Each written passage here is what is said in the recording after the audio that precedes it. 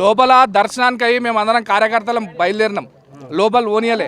లోపల ఓనియకుండా అక్కడ ఉన్నటువంటి ఎస్ఐ రవీందర్ ఈడ జరగొద్దు, ఈడ నుండి మీరు జరుగురు రాబోయి అది అని చెప్పి దుర్భాషలాడుతూ మమ్మల్ని తిట్టడం జరిగింది.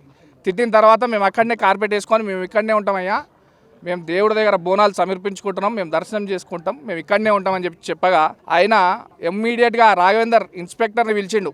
ఇమీడియట్గా రాఘవేందర్ ఇన్స్పెక్టర్ వచ్చారు. తర్వాత ఏసీపీ గారు వెంకటరెడ్డి గారు వచ్చారు.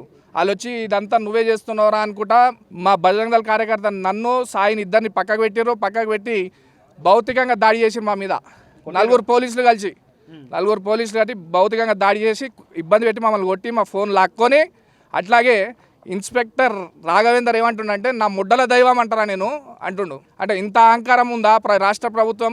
పోలీసులను ముంగట పెట్టి ఇక్కడ గుడిని కాపాడుకునే వాళ్ళని వచ్చేసి దుర్భాషలాడమని చెప్పింది ఆ ప్రభుత్వం ఇక్కడ హైందవుల మీద దాడి చేయమని ఏమన్నా పోలీసులకి ఫత్వా జారీ చేసిందని చెప్పి మేము అడుగుతా ఉన్నాం. లాఠీలతో కొట్టిర్రు, వీడియోలు ఉన్నాయి, పిడిగుద్దులు గుద్దిర్రు, కడుపులో గుద్దిర్రు, ప్రైవేట్ పార్ట్స్లను కూడా అందరినీ కొట్టిర్రు. కొంతమందికి రక్తం కూడా గారింది.